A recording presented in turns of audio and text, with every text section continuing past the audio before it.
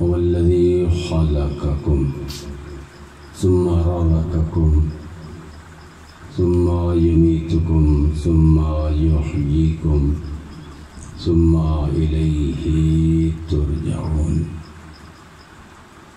هو الذي لم يلد ولم يولد ولم يكن له كفوا أحد هو الذي يصوركم في الأرحام كيف يشاء بعد الحمد الصلاة والسلام على أشرف الأنبياء والمرسلين الذي قيل في شأنه وما أرسلناك إلا رحمة للعالمين اللهم صل على محمد وآله الطيبين الطاهرين المعصومين الذين أذهب الله عنهم الرجس وطهرهم تطهيرا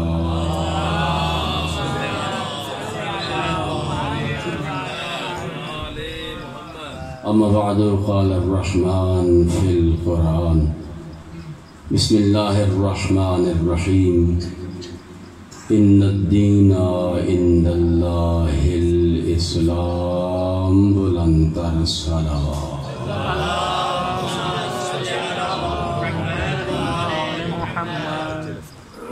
اپنی اپنی تمام عبادات کی قبولیت کے لیے اور اس مجلس ادا کی قبولیت کے لیے مل کر بلند تر صلوات پڑھتے ہیں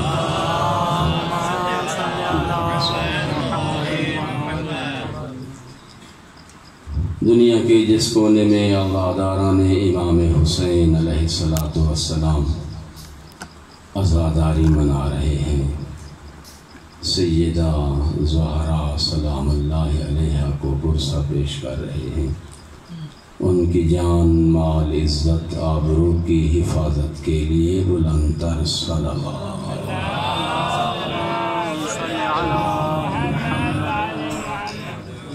وارث صف اضا یوسف زہرا سلام اللہ علیہ امام زمان علیہ السلام کے ظہور کے لیے بلند تر صلوات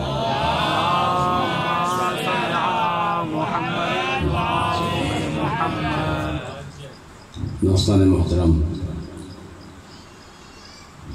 ماہ محرم ایام اذا شروع ہو چکے ہیں، ماہ محرم شروع ہو چکا ہے، 1400 سال گزر گئے ہیں واقعہ کربلا کو۔ امام حسین علیہ السلام نے جو قربانی پیش کی اور اسلام کو نئی زندگی دی، اس واقعہ کو 1400 سال ہو چکے ہیں، اور دنیا یہ اعتراض کرتی ہے کہ ایک واقعہ 1400 سال پہلے ہوا ہے، 1400 سال گزرنے کے بعد بھی ہر ماہ محرم میں اس واقعے کی یاد کو کیوں تازہ کیا جاتا ہے؟ لوگ اعتراض کرتے ہیں اور کہتے ہیں کہ بھائی جیسے ہی ماہ محرم شروع ہوتا ہے، امام بارگاہوں میں ذکر حسین ابن علی شروع ہو جاتا ہے،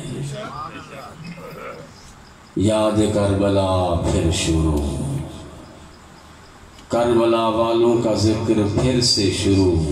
ایسا کیوں ہے؟ لوگ اعتراض کرتے ہیں 1400 سال پہلے واقعہ ہوا، وہ ختم ہو گیا، اب اس کا ذکر نہیں ہونا چاہیے۔ دوستان محترم، اس مقام پہ میں عرض کروں گا کہ اسلام میں قربانی کے حوالے سے 2 اہم واقعے تاریخ میں گزرے ہیں۔ ایک حضرت ابراہیم علیہ السلام کی قربانی کا واقعہ، جس کو گزرے ہوئے 4000 سال ہو گئے ہیں۔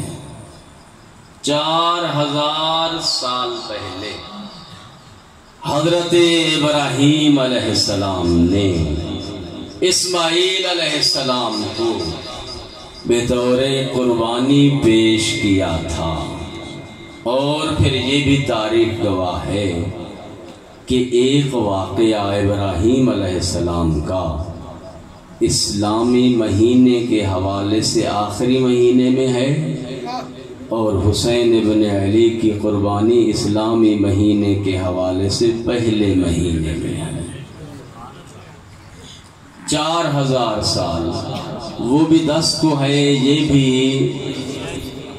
ابراہیم علیہ السلام نے جو قربانی پیش کی ہے وہ 10 ذی الحجہ کو ہے، اور امام حسین علیہ السلام نے جو قربانی پیش کی ہے وہ 10 محرم الحرام کو ہے۔ جب جس قربانی کو گزرے ہوئے 4000 سال ہو گئے ہیں، جب اس کی یاد سب مل کے مناتے ہیں، سنت ابراہیم کو سب مل کے زندہ کرتے ہیں، قربانیاں کرتے ہیں، ابراہیم علیہ السلام کی سنت کو مل کے زندہ کیا جاتا ہے۔ 4000 سال پہلے والے واقعے پر اعتراض نہیں ہے تو پھر 1400 سال پہلے والے واقعے پر بھی اعتراض نہیں ہے۔ یا تو کہیں پھر ابراہیم علیہ السلام کی قربانی کے حوالے سے کوئی ایسا نہیں ہے کہ کوئی اعتراض کرتا ہو، یا جو ایسا نہیں ہے کوئی مسلمان جو اس سنت کو زندہ نہ کرتا ہو، بلکہ ہر مسلمان اس سنت کا احیاء کرتا ہے، اس واقعے کی یاد کو تازہ کرتا ہے، اس واقعے کو مناتا ہے۔ ہاں جب وہ ہے تو پھر ذکر حسین بھی ہونا چاہیے۔ یہی وجہ ہے پیغمبر اسلام صلی اللہ علیہ وآلہ وسلم نے فرمایا، ما بال اقوام امتی، میری امت کے لوگوں کو کیا ہو گیا، اذا ذکر ابراہیم وآل ابراہیم، جب ان کے سامنے ابراہیم کا تذکرہ آتا ہے، آل ابراہیم کا تذکرہ آتا ہے، جس تذکرے کو 4000 سال گزر گئے ہیں، ابراہیم کی یاد کا تذکرہ، ابراہیم کی آل کی یاد کا تذکرہ، ابراہیم کی قربانی کا تذکرہ، فرحو واستبشروا، خوش ہوتے ہیں، چہروں پہ خوشیاں لے آتے ہیں۔ فرمایا وَإِذَا ذُكِرَ آلُ أَهْلُ بَيْتِي، فرمایا میری امت کے لوگوں کو کیا ہو گیا کہ جب ابراہیم کا ذکر آیا، آل ابراہیم کا ذکر آیا، خوش ہوئے، اور پھر جب ماہ محرم میں میری آل کا ذکر آیا، میری اولاد کا ذکر آیا، حسین کا ذکر آیا، فرمایا وسطن کے جو وہ اپنی ناک سنگوڑتے ہیں، عزاداری پہ اعتراض کرتے ہیں، گریے پہ اعتراض کرتے ہیں، رونے پہ اعتراض کرتے ہیں، کہتے ہیں 1400 سال پہلے واقعہ ہوا ہے، اس کو اس طرح دہرانے کی کیا ضرورت ہے؟ فرمایا والذی بیدہ نفس محمد صلی اللہ علیہ وآلہ، فرمایا مجھے قسم ہے اس ذات کی کہ جس کے قبضہ قدرت میں مجھ مصطفیٰ کی جان ہے، وَلَوْ أَتَى الْعَبْدُ بِأَعْمَالِ 70 نبیًّا، فرمایا اگر اس طرح کا بندہ جو ذکر ابراہیم کرتا ہے، ذکر آل ابراہیم کرتا ہے، اگر اس طرح کا بندہ آئے بروز محشر بِأَعْمَالِ 70 نبیًّا، ذکر ابراہیم کرتا رہا، ذکر آل ابراہیم کر کے خوش ہوتا رہا، میری آل کا ذکر، میری آل کی قربانی کا ذکر سن کے وہ گھبراتا رہا، اس پہ اعتراض کرتا رہا۔ اگر قیامت کے دن ایسا بندہ اگر 70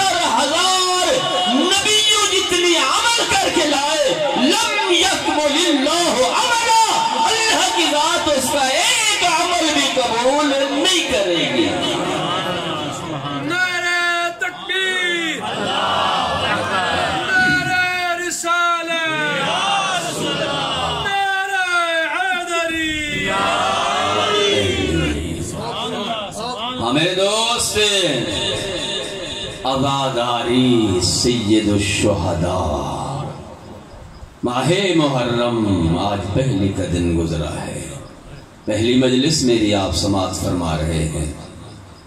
عزاداری پھر ٹھیک ہے اگر ذکر حسین ابن علی علیہ السلام و ان کی آل، نبی کی آل کا ذکر ہے، اصحاب امام حسین علیہ السلام کا تذکرہ میرے دوست ان دنوں میں کیا بھی جاتا ہے تو پھر لوگ کہتے ہیں اس میں گریہ کیوں کرتے ہو؟ اسلامی حوالے سے ماہ محرم پہلا مہینہ ہے، سال کی ابتدا ہے آج۔ لوگ کہتے ہیں کہ سال کی ابتدا تو خوشیوں سے منانی چاہیے، ہاں جس طرح اسلامی حوالے سے اسلامی مہینے کے علاوہ دوسرا عیسوی کا مہینہ، ہاں جنوری کی پہلی ہوتی ہے، لوگ خوشیاں مناتے ہیں، اسی طرح ہم بھی لوگ اعتراض کرتے ہیں کہ اسلامی مہینے کی ابتدا بھی خوشیوں سے ہونی چاہیے، رونے سے کیوں کرتے ہیں؟ لوگ کہتے ہیں کہ عزاداری سے کیوں، گریے سے کیوں کی جاتی ہے؟ ہاں میرے دوست، میں تمہیں بتاتا ہوں، انسان کی زندگی کی ابتدا گریے سے ہے، انسان کی زندگی کی ابتدا گریے سے ہے۔ انسان اس دنیا میں آتا ہے تو روتے ہوئے آتا ہے اور دنیا کو بتاتا ہے کہ رونا زندگی کی نشانی ہے۔ پھر قرآن کریم پڑھے، قرآن کریم میں دیکھ کہ رونا کوئی گناہ نہیں ہے، مظلوم پہ رونا ثواب ہے۔ حضرت یوسف علیہ السلام کا واقعہ آپ کو یاد ہے کہ جب بھائیوں نے قتل کا ارادہ کیا اور قتل کرنے سے باز آئے تو پھر انہیں بیچ دیا، اور حضرت یعقوب علیہ السلام یوسف سے جدا ہوئے اور حضرت یعقوب نے اپنے بیٹے کے غم میں، فراق میں گریہ شروع کیا۔ پڑھ سورہ یوسف، قرآن کیا کہتا ہے؟ وَابْيَضَّتْ عَيْنَاهُ مِنَ الْحُزْنِ، فرمایا ان کی آنکھیں سفید پڑ گئیں گریے کی وجہ سے، من الحزن، رونے سے، گریہ کرنے سے۔ حضرت یعقوب علیہ السلام کی آنکھیں سفید پڑ گئیں، فَهُوَ كَظِيمٌ، بلکہ وہ آنکھوں کی بینائی دے بیٹھے۔ جہاں ایک یوسف علیہ السلام یعقوب سے جدا ہو تو یعقوب کا اتنا گریہ ہوتا ہے، نبی ہیں، علم نبوت سے جانتے ہیں کہ بیٹا ہے، مجھ سے دور ہوا ہے، زندہ ہے، اس دنیا میں باقی ہے، مارا نہیں گیا، شہید نہیں کیا گیا، مجھ سے دور ہے زندہ۔ باقی ہونے کے علم ہونے کے باوجود اگر ایک یعقوب علیہ السلام ایک یوسف پہ اتنا گریہ کرے کہ ان کی آنکھوں کی بینائی چلی جائے تو جہاں 72 فخر یوسف جدا ہو جائیں، ان کی یاد میں اتنا گریہ کرنا چاہیے۔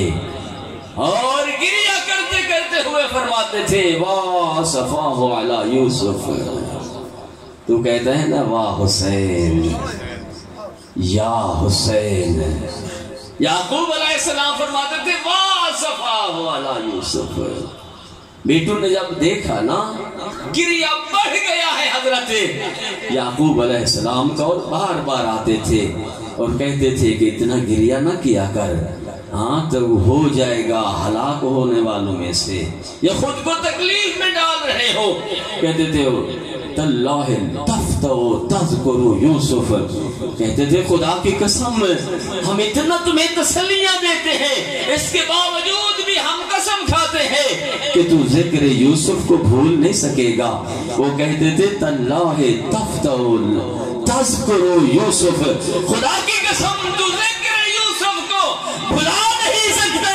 آج ہم 1400 سال گزرنے کے بعد یہی وعدہ کرتے ہیں کہ اے سیدہ زہرا واللہ ابد یا زہرا ما ننسہ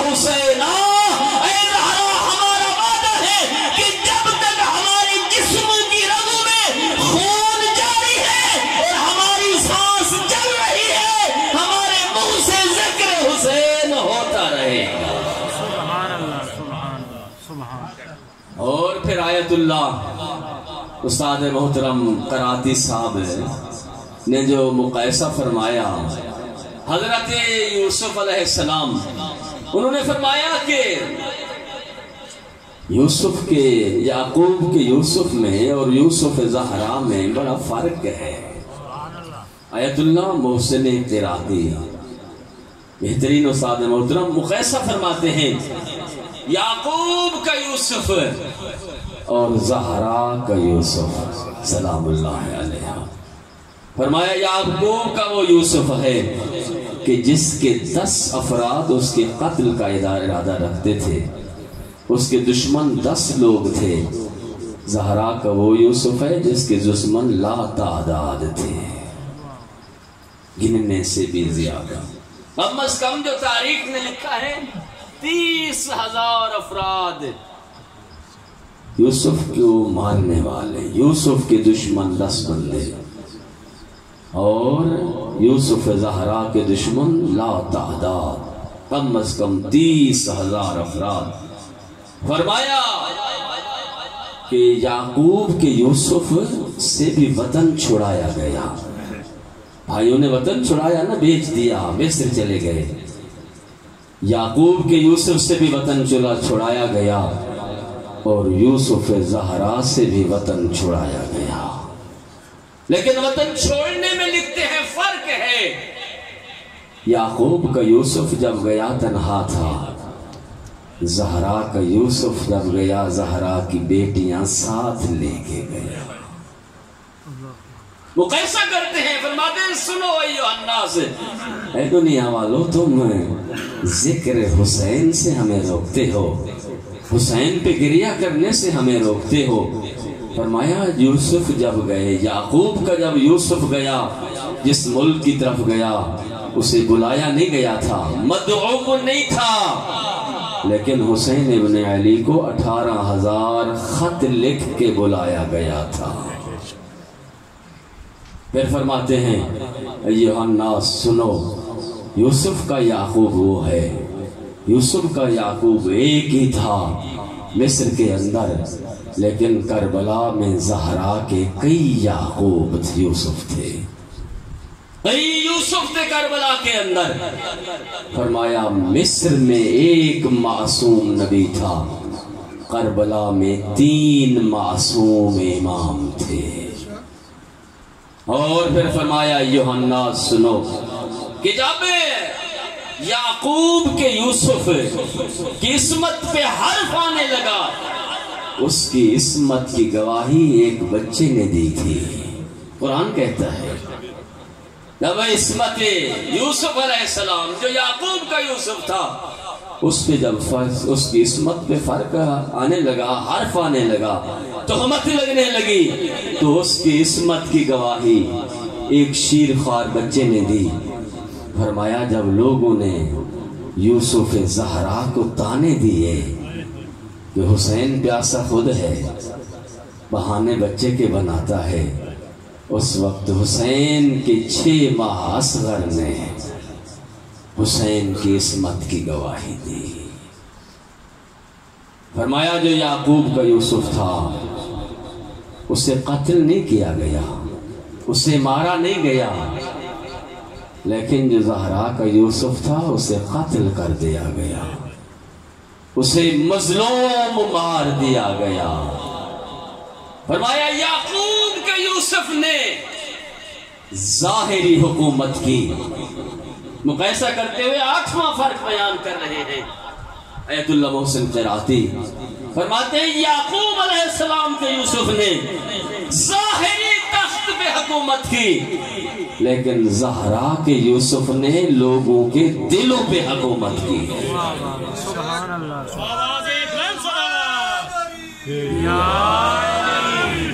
اور میرے دوست پڑھ سورہ یوسف، دیکھ سورہ یوسف پڑھ کے کہ گریہ کرنا سنت انبیاء ہے،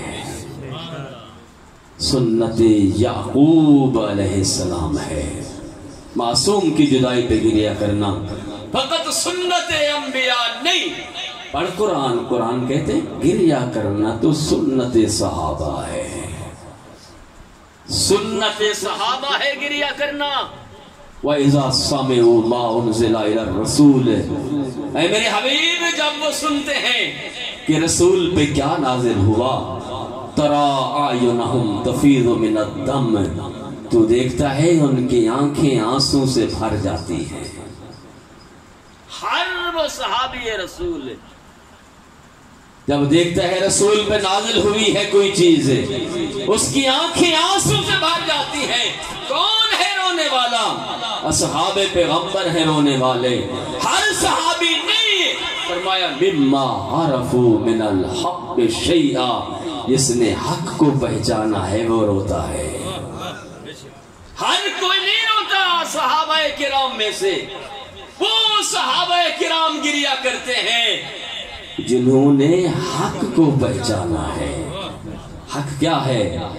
اللہ حق، اللہ حق ہے، والرسول حق، رسول حق ہے، والموت حق، موت، والمیزان حق، میزان حق ہے، والصراط حق، صراط حق ہے۔ یعنی جس نے خدا کو پہچانا ہے وہ گریہ کرتا ہے، جس نے رسول کو پہچانا ہے وہ گریہ کرتے ہیں، جس نے موت کو پہچانا ہے وہ گریہ کرتا ہے، جس نے میزان کو پہچانا ہے وہ گریہ کرتا ہے، جس نے صراط کو پہچانا ہے وہ گریہ کرتا ہے۔ اللہ بھی حق ہے، رسول بھی حق ہے، موت بھی حق ہے، صراط بھی حق ہے، میزان بھی حق ہے، یہ سب کچھ حق ہے۔ والحق مع علی والعلی مع الحق، حق علی کے ساتھ ہے، علی حق۔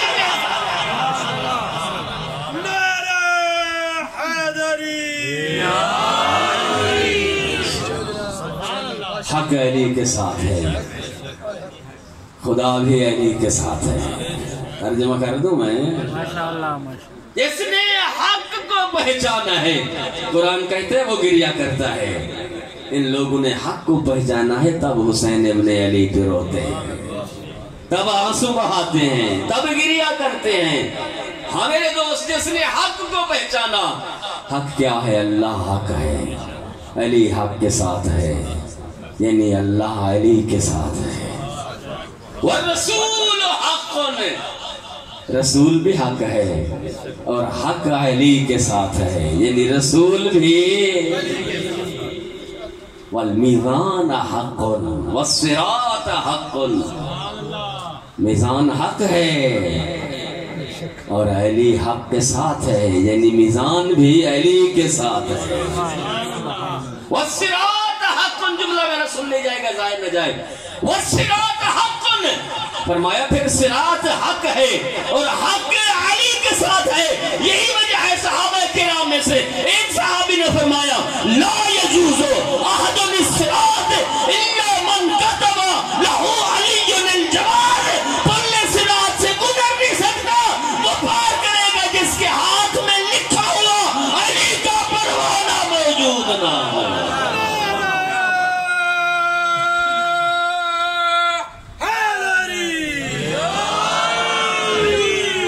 سب کچھ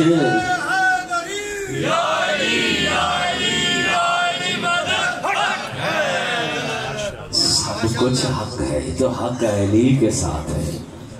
روتا وہ ہے جس نے حق کو پہچانا، روتا وہ ہے جس نے علی کو پہچانا، وہ گریہ کرتا ہے، وہ روتا ہے، وہ علی کی بیٹے کی مظلومیت پہ آنسو بہاتا ہے۔ پھر ایک آیت سن، فرمایا لا يحب اللہ الجہر بالسوء من القول الا من ظلم۔ یہ قوم جو گریہ کرتی ہے کیوں کرتی ہے؟ قرآن کہتے ہیں اللہ آواز کے ساتھ رونے کو پسند نہیں کرتا، خدا پسند نہیں کرتا کہ کوئی آواز کے ساتھ روئے، لمبی آوازوں کے ساتھ گریہ کرے۔ یہ کام اللہ کو پسند ہے، الا من ظلم، مگر مظلوم پہ آواز کے ساتھ رونا اللہ کو بھی پسند ہے اور اللہ کے رسول کو بھی پسند ہے۔ میرا سوال ہے تمام مسلمانوں سے، تمام مکتب فکر سے، کہ حسین مظلوم ہے یا نہیں ہے؟ اگر حسین ابن علی مظلوم ہے تو پھر حسین پہ گریہ کرنا ثواب ہے، سنت انبیاء ہے، سنت صحابہ ہے، حضرت آدم علیہ السلام کی سنت ہے حسین پہ گریہ کرنا۔ مورخین نے لکھا ہے کہ جب آدم کی توبہ قبول ہوئی اور حضرت آدم علیہ السلام نے 5 اسماء مبارکہ کا واسطہ دیا، جب آخری نام لیا الہی بحق الحسین وانت قدیم الاحسان، آدم کے دل میں غم کی صورت پیدا ہوئی۔ ونزل جبرائیل، حضرت جبرائیل علیہ السلام نازل ہوئے۔ وسأل آدم، حضرت آدم علیہ السلام نے سوال کیا، اے جبرائیل امین، یہ 5 اسماء مبارکہ جو مجھے تعلیم دیے گئے اللہ کی طرف سے، جب میں نے پہلا نام لیا میرے دل میں فرحت محسوس ہوئی، خوشی محسوس ہوئی، جب میں نے دوسرا نام لیا میرے دل میں فرحت محسوس ہوئی، جب تیسرا لیا فرحت، جب چوتھا لیا فرحت اور خوشی محسوس ہوئی، لیکن جب میں نے 5واں نام لیا نا حسین ابن علی کا، ہاں اس وقت میرے دل میں غم سا پیدا ہو گیا، میرا دل مغموم ہوا۔ کیا وجہ ہے؟ یہ کر فرمایا، ہاں آدم ھذا ابنک الحسین قتل مظلوما، آدم یہ تیرا بیٹا حسین ہے، تیری نسل سے، تیری ذریت سے، سردار انبیاء کی ذریت سے ہے حسین، قتل مظلوما، جسے مظلوم مارا جائے گا، جس پہ گریہ کرنا عین ثواب ہے، جس پہ آنسو بہانا عین ثواب ہے۔ تاریخ گواہ ہے، انبیاء روئے ہیں اور عزاداری ہے۔ امام حسین علیہ السلام ایک بہت بڑا انعام ہے آپ کے لیے۔ یہ ہم جو روتے ہیں، گریہ کرتے ہیں، آنسو بہاتے ہیں، ایسے نہیں، یہ بہت بڑا تحفہ ہے، بہت بڑا انعام ہے میرے دوست۔ آپ نے ان دنوں میں مجالس پہ جانا ہے، سن لیں کتنا بڑا انعام ہے علماء کے اقوال، علماء جو وارث انبیاء ہیں، علماء جو ائمہ کے وارث ہیں، ان کے اقوال سماعت فرمائیے۔ علم عرفان میں نام ہے آیت اللہ بہجت رحمت اللہ علیہ کا، وہ فرماتے ہیں جب مجلس حسین میں جاؤ نا، مجلس حسین میں آئے ہیں نا آپ، گھر سے نکلیں باوضو ہو کے نکلیں اور مجلس میں جانے لگیں، کوئی پوچھ لے راستے میں کہاں جا رہے ہو، نہ پوچھو، نہ کہو میں مجلس میں امام بارگاہ میں جا رہا ہوں، جب آپ سنو گے آیت اللہ بہجت کا کیا فرماتے ہیں؟ فرماتے ہیں باوضو ہو کے گھر سے نکلو، ذکر امام حسین میں شامل ہونے کے لیے پوچھے، کوئی پوچھنے والا اپنا ہو یا غیر ہو، کہاں جا رہے ہو، نہ کہو امام بارگاہ، نہ کہو مجلس، کہو میں کربلا جا رہا ہوں، میں کربلا جا رہا ہوں۔ یہ سمجھ تو کربلا بیٹھا ہے اس امام بارگاہ میں جو تو حاضر ہوا ہے، سمجھ تیری حاضری کربلا میں ہے۔ آواز بلند سلام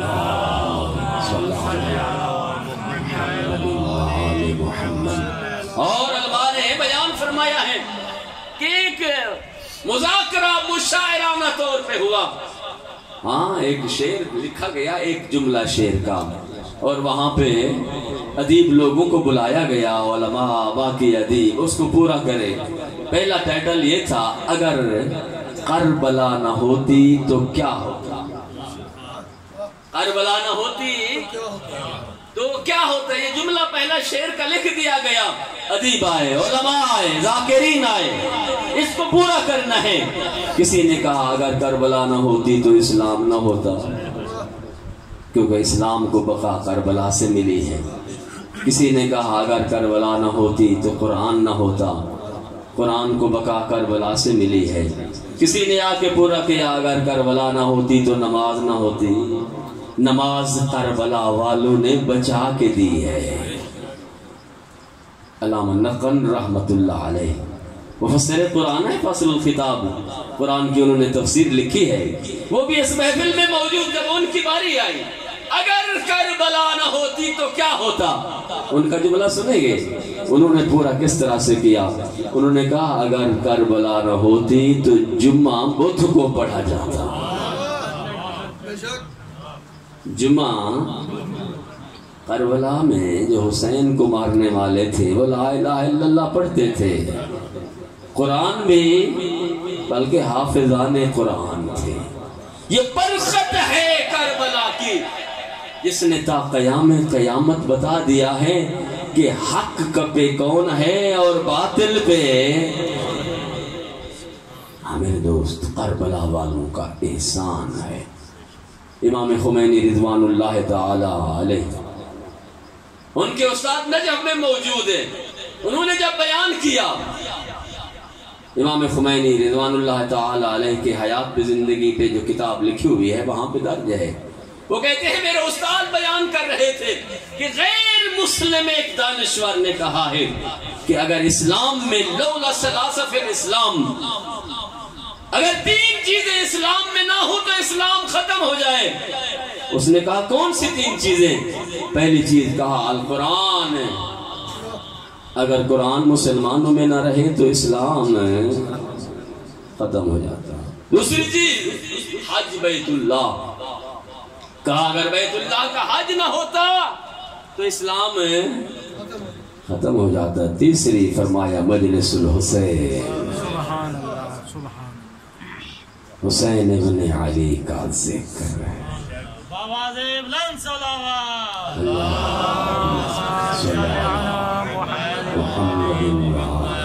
حسین ابن علی کا ذکر۔ میرے دوست، امام خمینی رضوان اللہ تعالی عنہ، جب انقلاب ہو گیا نا، امام خمینی تشریف لائے، ان کے سوانح حیات پہ جو کتاب ہے وہاں درج ہے، جا کے دیکھ لیجئے گا۔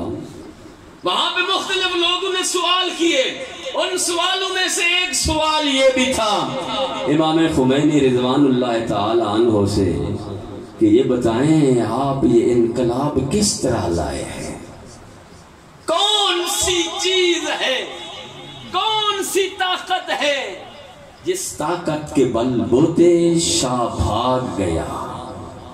وہ کون سی طاقت تھی تمہارے پاس جس طاقت کے ذریعے تو نے شاہ کی حکومت گرا دی؟ ظاہراً تیرے پاس کوئی فوج نہ تھی، فوج کو تو نے شکست دی ہے، کیا طاقت تھی؟ دیکھ کر فرمایا میرے پاس جو طاقت تھی اسے عزاداری حسین ابن علی کہتے ہیں۔ ان مجلسوں کی طاقت سے میں نے شاہ کو شکست دی ہے، ان مجلسوں کی برکات سے میں نے شاہ کو شکست دی ہے۔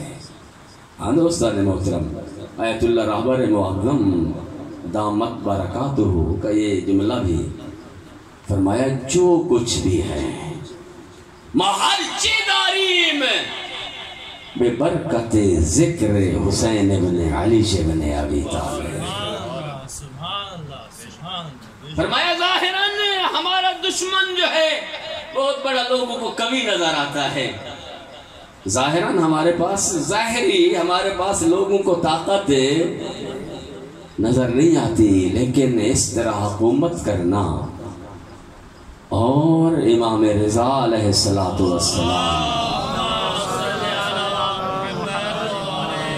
اور اس ملک پہ آل محمد علیہ السلام کے احکام کو نافذ کرنا، ما حرچ دارین جو کچھ ہمارے پاس ہے بذکر حسین ابن ابی طالب، وہ امام حسین کی عزاداری کے صدقے میں ہے۔ جو کچھ بھی ہمارے پاس ہمیں حسین ابن علی کے صدقے میں ملا ہے۔ میرے دوست، عزاداری ایک بہت بڑا پیغام ہے، عزاداری ایک بہت بڑا میسج ہے، عزاداری ایک بہت بڑا اجر و ثواب ہے۔ عزاداری کے 3 حصے ہیں، ایک حصہ ہے بانی، اور دوسرا حصہ ہے خطیب، اور تیسرا حصہ ہے سامعین۔ لیکن یہ عزاداری مذاق نہیں ہے۔ 3 حصے ہیں، خطیب، بانی ہے پہلا حصہ، دوسرا حصہ خطیب ہے، اور تیسرا حصہ سامعین ہیں۔ سب سے پہلے بانی کی ذمہ داری کیا ہے؟ وہ کس ذکر کو، کربلا والوں کے ذکر کو کس نیت کے ساتھ برپا کریں۔ بانی کی ذمہ داریاں کیا ہیں؟ پھر خطیب کی ذمہ داری کیا ہے؟ بانی کی ذمہ داری ہے سب سے پہلے القصد القربہ لوجہ اللہ تعالی۔ جو بھی مجلس برپا کرائے نا اپنے گھر میں، امام بارگاہ میں، مسجد میں، کسی چوک میں، پہلی چیز قصد قربت اللہ، اللہ کو راضی کرنے کے لیے۔ یہ ذکر عین عبادت ہے۔ یقین جانیے ہمارے تمام علماء کا نظریہ ہے اس عبادت سے پڑھ کر ہمارے پاس کوئی اور عبادت ہے بہت بڑا اجر ہے، بہت بڑا ثواب ہے۔ اس سے بڑھ کر کوئی اور بڑی، جب ہم اپنے اعمالات پہ نظر کرتے ہیں کہ کون سا عمل ہے جو ہماری بخشش کا ذریعہ بنے گا، تمام اعلیٰ اعمالوں پہ جب نظر جاتی ہے ان عملوں میں سے فقط ایک عمل ہے عزاداری امام حسین۔ نعرہ حیدری، لبیک یا حسین، لبیک یا حسین، لبیک یا حسین، لبیک یا حسین، لبیک یا حسین، لبیک یا حسین۔ القصد القربہ، میرے دوست یہ بڑی طاقت ہے تیرے پاس۔ اگر اس عزاداری کو کما حق ہو منایا جائے تو بڑی طاقت ہے تیرے پاس۔ یہ بانی کی ذمہ داریوں میں سے پہلی ذمہ داری ہے لوگوں کے دکھاوے کے لیے نہ ہو، یہ رسم نہیں ہے، یہ عین عبادت ہے، یہ دین ہے، دین۔ شیعت اور عزاداری دو چیزیں نہیں ہیں، شیعت اور عزاداری ایک دوسرے سے جدا نہیں ہیں۔ شیعت یعنی عزاداری، عزاداری یعنی شیعت، ایک دوسرے سے جدا نہیں۔ القصد القربہ، خالق کو راضی کرنے کے لیے مجلس کراؤ، لوگوں کے دکھاوے کے لیے۔ ہاں بڑا خطیب بنا لیا واہ ہو جائے نہ میرے دوست، نیت یہ ہو خالق راضی ہو جائے، سیدہ زہرا راضی ہو جائے۔ آواز بلند صلوات، اللہم صلی اللہ علیہ وسلم۔ وارث عزاداری، قصد قربت یہ ہو کہ تیرے اس ذکر سے جو فرش عزا کا وارث ہے، جو پردہ غیبت میں بیٹھا ہوا ہے، وہ تجھ سے راضی ہو جائے۔ والتعظیم للمؤمنین، فرمایا جو مجلس عزا کا بانی ہے اسے چاہیے ہر آتے ہوئے عزادار کی عزت کرے۔ یہ سیرت ائمہ علیہ السلام میں ملتا ہے کہ جب بھی وہ ذکر کرایا کرتے تھے نا اپنے گھر میں، شاعر کو بلا لیا، ذکر ہوا، جب ذکر ختم ہوا نا تیرے امام وہاں ٹھہرتے تھے جہاں سے عزادار خدا حافظ کر کے جاتے تھے۔ روایت کہتی ہے فضیل ابن یسار، امام جعفر صادق علیہ السلام صحابی، حکم پہ مجلس برپا ہوئی، بڑا گریہ ہوا، ذکر ہوا۔ فضیل کہتے ہیں جب ذکر ختم ہوا اور لوگ جانے لگے، میں نے دیکھا سب سے آخر میں جعفر صادق کھڑے ہوئے ہیں اور ہر آئے ہوئے کا مہربانی اور شکریہ ادا کر رہے ہیں۔ میں نے پوچھا مولا جب مجلس برپا ہو رہی تھی ہم نے آپ کو نہیں دیکھا مجلس میں، ہم نے آپ کو آخر میں دیکھا۔ فرمایا ہماری ذمہ داری ہے جو ہمارے جد پہ، ہماری جد کی مظلومیت پہ گریہ کرنا آیا ہے، جو ہمیں پرسہ دینا آیا ہے، ہمارا حق بنتا ہے کہ ہم اس کا احترام کریں، ہم اس کی تعظیم کریں، ہم اس کا جاتے ہوئے شکریہ ادا کریں۔ خطیب کی بھی ذمہ داری ہے۔ پڑھا امیر المومنین علی بن ابی طالب علیہ السلام، والسلام کا فرمان ہے، کس خطیب کو لے آئے اس منبر پہ؟ فرمایا اس خطیب کو لے آ وَلِيُخْرِجْ كَلَامَهُ مِنَ الشَّقِّ إِلَى الْيَقِينِ، جس کی گفتگو تجھے شک سے یقین کی طرف لے جائے۔ وَلِيُخْرِجْ كَلَامَهُ مِنَ الْعَدَاوَةِ إِلَى الْمَحَبَّةِ، اس خطیب کو بلا جس کی گفتگو تیری دشمنیاں ختم کر کے تجھے محبت اور اتحاد کا درس دے۔ بلند تر صلوات۔ اللہم صلی علی محمد و آل محمد۔ پھر بھی مل کے صلوات۔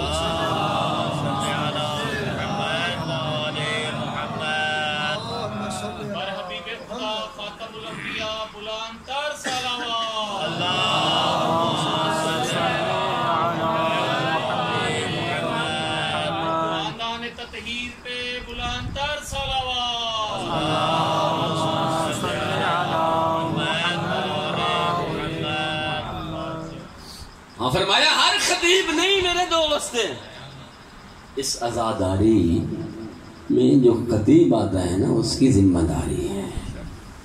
اگر وہ ذمہ داریاں آ جائیں نا، بانی اور خطیب وہ ذمہ داریاں نبھانے لگ جائیں، انقلاب کے آنے میں کوئی دیر نہیں لگتی۔ وَلِيُخْرِجْ كَلَامَهُ مِنَ الْعَدَاوَةِ إِلَى الْمَحَبَّةِ، جس کی گفتگو تمہاری دشمنیاں ختم کر دے، تمہارے درمیان محبت کا درس ڈالے۔ انما المؤمنون اخوہ، مومن تو مومن کا بھائی ہوتا ہے، بھائی کی آپس میں کیا لڑائی، بھائی کا آپس میں کیا اختلاف۔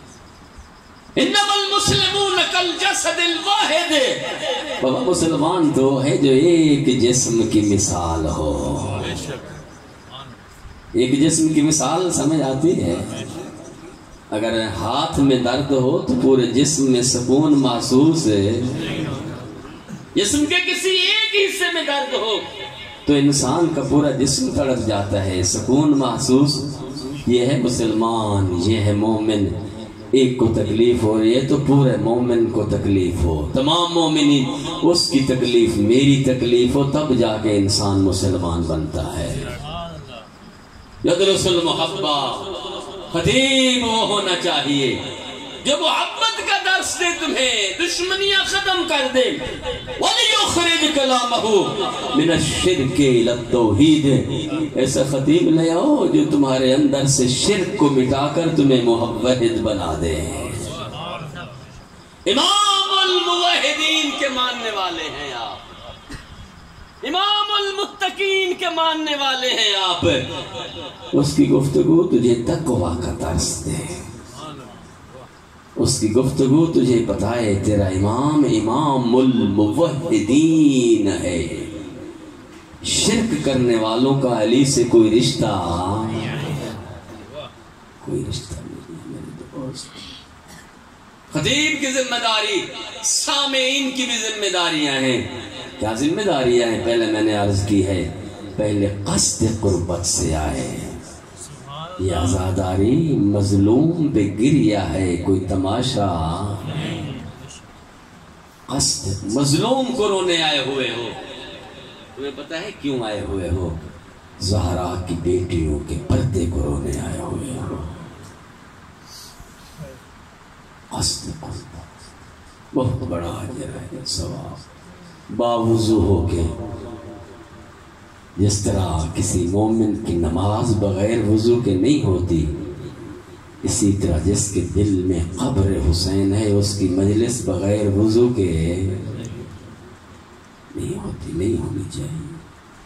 اِنَّهُ لِقَتْلِ الْحُسَيْنِ حَرَارَةً لَا فِي قُلُوبِ الْمُؤْمِنِينَ لَا تَبْرُدُ أَبَدًا، فرماتے ہیں کہ قتل حسین کی ایک حرارت ہے، ایسی حرارت ہے جو مومنین کے دلوں میں بھڑک اٹھی ہے۔ لا تبرد ابدا، قیامت تک وہ حرارت بجھ نہیں سکتی۔ قصد قربت باوضو ہو کے، عین عبادت سمجھ کے اپنی بخشش اور نجات کا ذریعہ سمجھ کے اس ذکر میں آیا کر.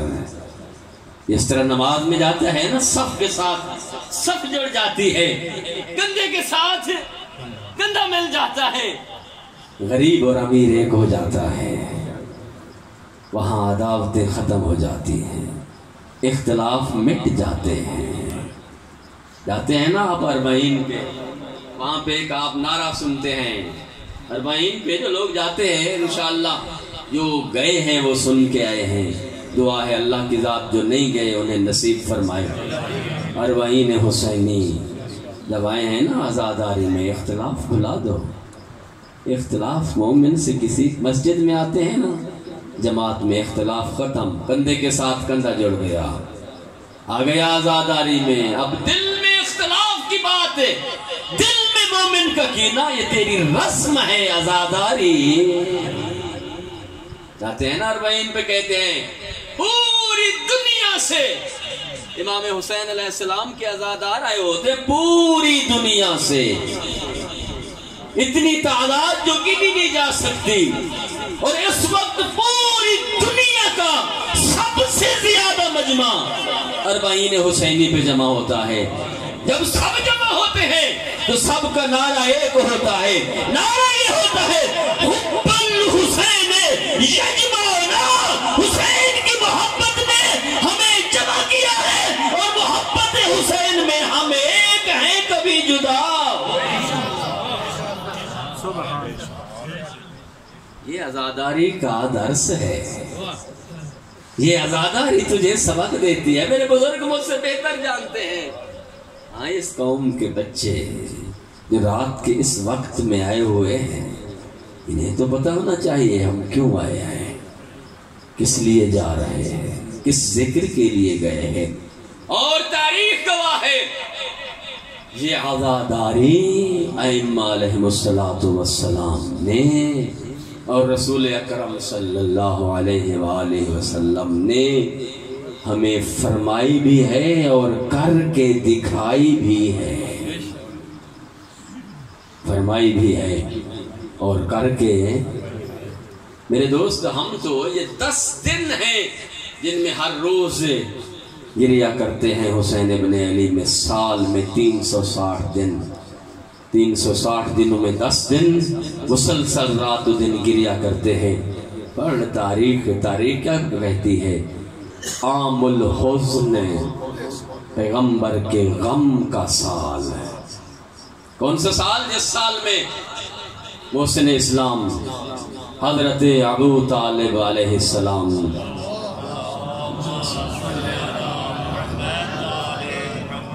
اور محسن اسلام حضرت خدیجۃ الکبریٰ سلام اللہ علیہا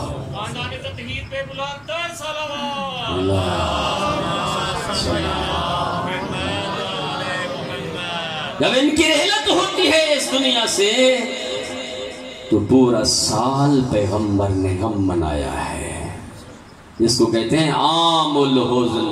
تمام تاریخوں میں درج ہے، تمام شیعہ سنی تاریخوں میں درج ہے. اس سال کو عام الحزن، عام مانا سال، حزن مانا غم کا سال. ہم تو 10 دن روتے ہیں، پیغمبر نے پورا سال غم کا منایا ہے. اور پھر مورخین نے لکھا کہ دیکھ کر فرمایا پیغمبر نے یا فاطمہ سلام اللہ علیہا، فرمایا اے فاطمہ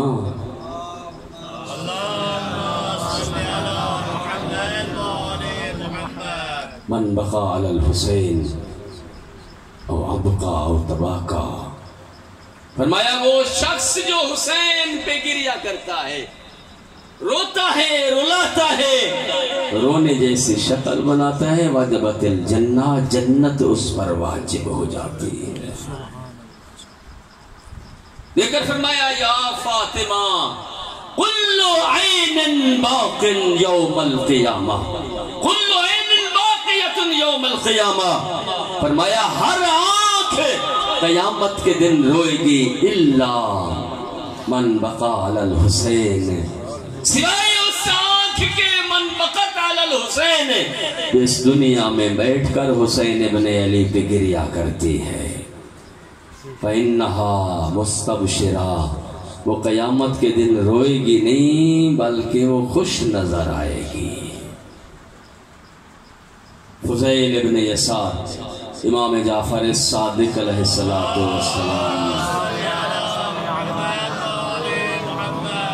کا صحابی ہے نا، آیا ہے مولا کی خدمت میں، امام نے دیکھ کر فرمایا یا فضیل حل انتم تجلسون وتحدثون وتبقون، اے فضیل کیا تم مجلسیں کرتے ہو؟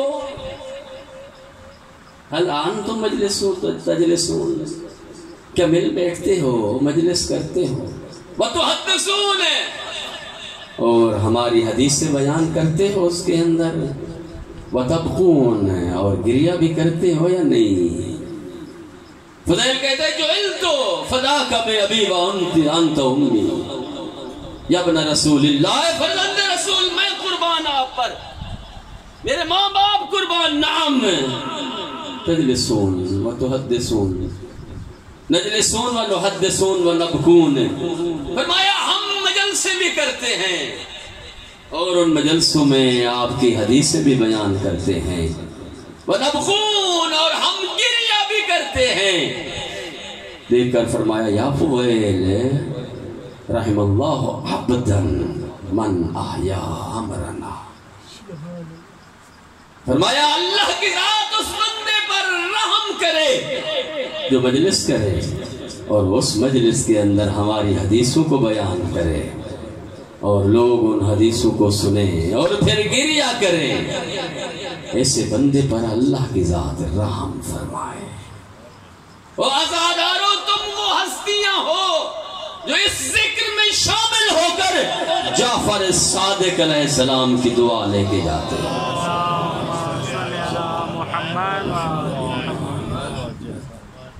اور امام علی رضا علیہ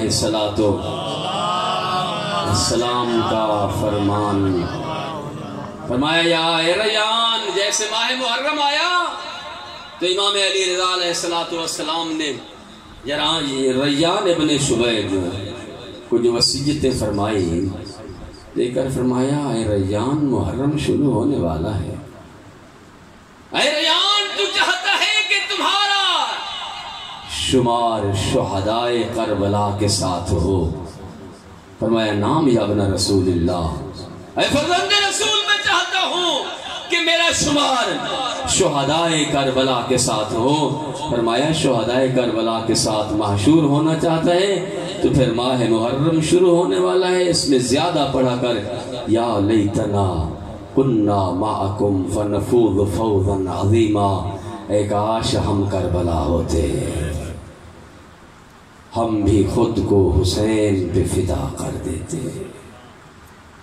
فرمایا اے ریان ماہ محرم شروع ہونے والا ہے، اس ماہ محرم میں مجلسیں برپا کرو، اس ماہ محرم میں حسین پہ گریہ کرو۔ فرمایا وہ انسان جو حسین پہ گریہ کرتا ہے اس کا دل قیامت کے دن مردہ نہیں ہوتا جب سب دل مردہ ہوں گے۔ حسین ابن علی پہ گریہ کرنے والے کا دل کبھی مردہ، زندہ دل لوگ حسین پہ روتے ہیں، اور پھر حسین ابن علی کا وہ ذکر ہے جس پہ ائمہ علیہ السلام نے بھی گرے کرتے ہیں۔ تاریخ گواہ ہے تیرے چوتھے امام سجاد علیہ السلام کربلا کے بعد کسی خوشی میں شریک نہیں ہوا کرتے تھے۔ دبایا نا ایک صاحب نے، اس نے دعوت دی، مولا بیٹی کی شادی کر رہا، تشریف لائیں، دیکھ کر فرمایا واقعہ کے کربلا کے بعد سجاد نے خوشیوں میں جانا چھوڑ دیا ہے۔ اس نے جب اصرار کیا نا اور اصرار اس کا بڑھا تو تیرے امام نے ایک جملہ کہا، ہاں ایک شرط پہ آ سکتا ہوں، وہ یہ ہے کہ اپنے بیٹے کی شادی میں مجلس حسین کا اہتمام کر، ذکر حسین کا اہتمام کر، مجلس برپا ہو، مرثیہ پڑھنے والا مرثیہ پڑھے، نوحہ پڑھنے والا نوحہ پڑھے، مصائب خواہ مصائب پڑھے، پھر سجاد آئے گا، مجلس کی صورت ہو۔ ہاں عزاداران حسین، یہی وجہ ہے کسی نے کہا تھا نا امام سجاد علیہ السلام سے، مولا اتنا گریہ کیوں کرتے ہیں؟ پانی کو دیکھتے ہیں رو پڑتے ہیں، بازار سے گزرتے ہیں رو پڑتے ہیں، جانور ذبح ہوا دیکھتے ہیں گریہ بڑھ جاتا ہے۔ مولا کیوں اتنا گریہ کرتے ہیں؟ کیا شہادتیں آپ کا ورثہ نہیں ہے؟ مولا شہادتیں تو آپ کا ورثہ ہے، شہادتوں پہ تو آپ افتخار کرتے ہیں، مولا فخر کرتے ہیں، اتنا گریہ کیوں کرتے ہیں؟ دیکھ کر ایک جملہ کہا، فرمایا بنحال تو نے انصاف نہیں کیا، ٹھیک ہے شہادتیں ہمارا ورثہ ہے، ماؤں بہنوں کے ساتھ بازاروں میں جانا، ننگے سر زینب کو بازار لے جانا، یہ تو ہمارا ورثہ نہیں ہے۔ ہاں عزاداران حسین، تاریخ گواہ ہے۔ میں عرض کر رہا تھا کہ آیت اللہ محسن قراتی کے جملے وہ فرماتے ہیں فرق ہے یوسف یعقوب کے یوسف میں اور زہرا کے یوسف میں۔ یعقوب کا یوسف سے بھی وطن چھڑایا گیا، زہرا کے یوسف سے بھی وطن چھڑایا گیا۔ یعقوب کا یوسف جب گیا تنہا گیا، زہرا کا یوسف نے جب وطن چھوڑا زہرا کی بیٹیاں ساتھ لے کے گیا۔ عزاداران حسین، میرے ملک کی رسم ہے یہ، پہلے محرم کے پہلے دن میں حسین کا مدینہ چھوڑنا بیان کیا جاتا ہے کہ زہرا کی بیٹیوں نے مدینے کو الوداع کیسے کیا، حسین نے نانا کے مزار کو الوداع کیسے کیا۔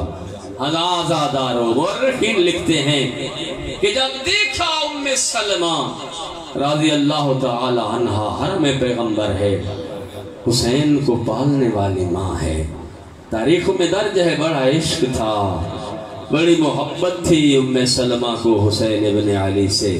جب دیکھا نا الوداع کرتے ہوئے حسین ابن علی کو، پوچھا اور آئی سلام کیا، میرے مولا بھی گئے الوداع کرنے کے لیے، اپنی نانی ام سلمہ کو سلام کیا، ام سلمہ میں مدینہ چھوڑ کے جا رہا ہوں۔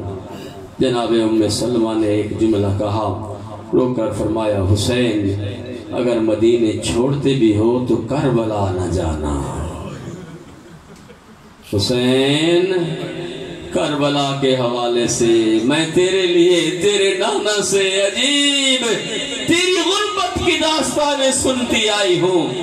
حسین اگر کربلا جاتے ہو، اگر مدینہ چھوڑتے ہو تو میری پہلی خواہش یہ ہے کہ تم کربلا نہ جاؤ۔ حسین نے رو کر اتنا فرمایا، نانی مجھے میرے دین کو، نانا کے دین کو میرے خون کی ضرورت ہے، اگر میں کربلا نہ جاؤں نانا کا دین نہیں بچتا۔ دوسرا جملہ حضرت ام سلمہ رضی اللہ تعالی عنہ حرم پیغمبر کا دیکھ کر فرمایا، حسین اگر مدینہ چھوڑتے بھی ہو تو پھر زینب و کلثوم کو ساتھ نہ لے جاؤ۔ دیکھ کر فرمایا، ہاں مسلمہ میں بتانا اتنا چاہتا ہوں، نانا کی طرف سے حکم یہ آیا ہے، میں بھی یہ جانتا ہوں کہ اس وقت تک میں نے کربلا میں دین بچانا ہے اور زینب نے مجھے بچانا ہے، جس نے میری محنت کو باقی رکھنا ہے، جس نے پوری دنیا میں حسین حسین کہلوانا ہے اسے زینب کہتے ہیں۔ نانا کا حکم ملا ہے کہ خدا کی مشیت یہ ہے کہ حسین تجھے کربلا میں قتل دیکھے، مقتول دیکھے، اور اسی طرح خدا کی مشیت یہ ہے کہ زینب و کلثوم کو ننگے سر بازار خطبے دیتے ہوئے۔ عزاداران حسین، اور روایتیں اتنا بتاتی ہیں کہ عبداللہ حلبی، حلب کا رہنے والا کہتا ہے 28 رجب کو میں پہنچا، میری زوجہ میرے ساتھ تھی، میں پہنچا مدینے میں، اور وہاں جب میں پہنچا میں نے سنا کہ حسین ابن علی سے مدینہ چھڑایا جا رہا ہے، حسین مدینہ چھوڑ رہے ہیں، لوگوں نے مجبور کیا ہے حسین کو مدینے چھوڑنے پہ۔ کہتے جب میں نے سنا، اور پھر میں نے سنا کہ ایک ندا آئی رات کے وقت کہ حسین کا قافلہ تیار ہو رہا ہے، حسین سفر کی تیاری کر رہا ہے۔ کہتا میری زوجہ میرے ساتھ تھی، دوڑتی ہوئی گئی خیام حسین کی طرف، قبیلہ بنی ہاشم کے محلے میں دوڑتی ہوئی گئی کہ جائے دیکھے کہ حسین کا قافلہ سفر پہ کیسے روانہ ہوتا ہے۔ کہتا ہے میری زوجہ روایت کرتی ہے کہ کہتے ہیں جب قافلہ تیار ہونے لگا اور مستورات تیار ہونے لگی اور محملوں پر بیٹھنے لگی، حاضادار روایت کرتی ہے کہ یہ کہتا ہے میری زوجہ کہتی ہے کہ ایک دفعہ میں نے دیکھا ایک جوان آگے بڑھا اور اس کے سامنے محمل بیٹھایا گیا، اس نے اپنے 2 زانو زمین پہ رکھے، ایک پردہ دار گھر سے باہر آئی اور جس کی چادر کے زمین بوسے لے رہی تھی، اس جوان نے اپنے زانو زمین پہ رکھے، خاتون کو سوار کیا۔ جب میری زوجہ نے پوچھا کون ہے سوار کرنے والا اور سوار ہونے والی کون ہے، جواب اتنا ملا سوار کرنے والا قاسم ہے حسن کا یتیم، اور سوار ہونے والی ام فروا ہے بیوہ قاسم۔ ازاداروں میں کہتے میری زوجہ روایت کرتی ہے کہ ایک مرتبہ پھر ایک اور خاتون نکلی، ایک ہاشمی جوان آگے بڑھا، اس نے اپنے 2 زانو زمین پہ رکھے، خاتون کو سوار کیا۔ جب سوال کیا گیا سوار ہونے والی کون اور سوار کرنے والا کون، جواب اتنا ملا سوار کرنے والا علی اکبر تھا، اور سوار ہونے والی اکبر کی ماں لیلا تھی۔ کہتا ہے تھوڑی دیر گزری، میری زوجہ کہتی ہے کہ ایک اور خاتون گھر سے باہر نکلی، حسین کا قافلہ تیار ہو رہا تھا اور نبی کی بیٹیاں سفر پہ نکل رہی تھی دین بچانے کے لیے۔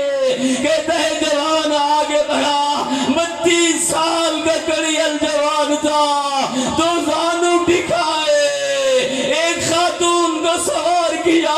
جب پوچھا گیا کون تھی سوار ہونے والی، سوار کرنے والا کون، کہتا ہے میری زوجہ کہتی ہے مجھے جواب ملا سوار کرنے والے ابو الفضل العباس تھے، اور سوار ہونے والی فضل کی ماں تھی۔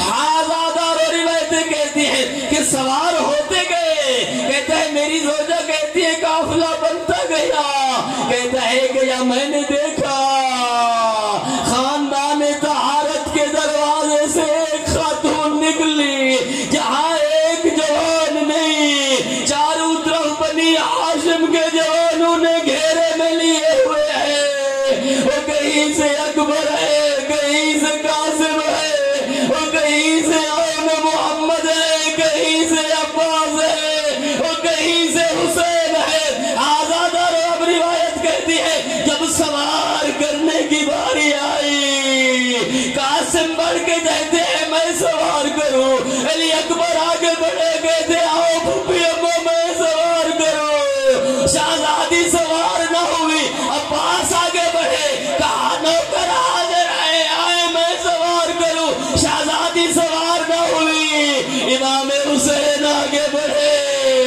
اور بڑھ کے کہا میں سوار کروں، لیکن اس وقت ایک آواز آئی، کہا بھیا حسین آج مجھے وہ سوار کرے جو 11 محرم کربلا، وہ مجھے سوار کرے۔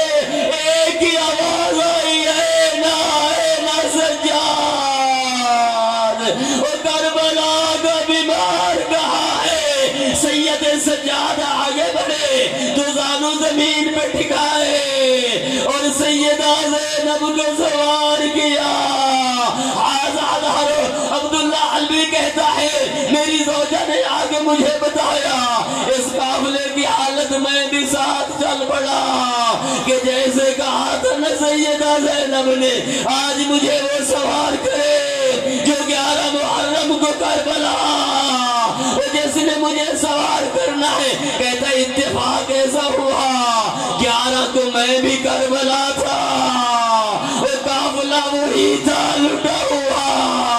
وہ کہتا ہے وہ بیویاں جن کی چادروں کے زمین بوسے لیتی تھی, اب وہ بیویاں تو ہیں چادریں نہیں رہی. وہ سر ننگے ہیں, ہاتھ پسے گردن بندھے ہوئے ہیں, سوار کرنے والا کوئی نہیں ہے. ہر بی بی کو شریکت الحسین نے سوار کیا محمل پہ. اور جب زینب کی باری آئی ایک دفعہ مقتل گاہ کی طرف دیکھا اور دیکھ کر مدینے والا جملہ دہرایا اور کہا میرے شاہ سوارو. اور جب مدینے سے چلی تھی اکبر تو آیا تھا, وہ عباس کہیں سے تو آیا تھا, اور میرے اون محمد قاسم تم آئے تھے. آؤ آج زینب بلاتی ہے, وہ میرے ہاتھ بنے ہوئے ہیں, وہ سر پہ چادر نہیں ہے. عباس بہن کو سوار کر, اکبر ماں زینب کو سوار کر, وہ اون محمد آؤ ماں کو سوار کرو. یا میں نے دیکھا وہی سجاد, وہ جس کے ہاتھوں میں ہاتھ گھڑیاں, وہ جس کے گلے میں خاردار تھوک, آگے بڑھے کمر جھکائی روکے گا آپ بھی ہماں. وہ مدینے میں بھی میں نے سوار کیا تھا, کربلا کا بیمار بلا. لعنت اللہ قوم الظالمین وسيعلم الذين ظلموا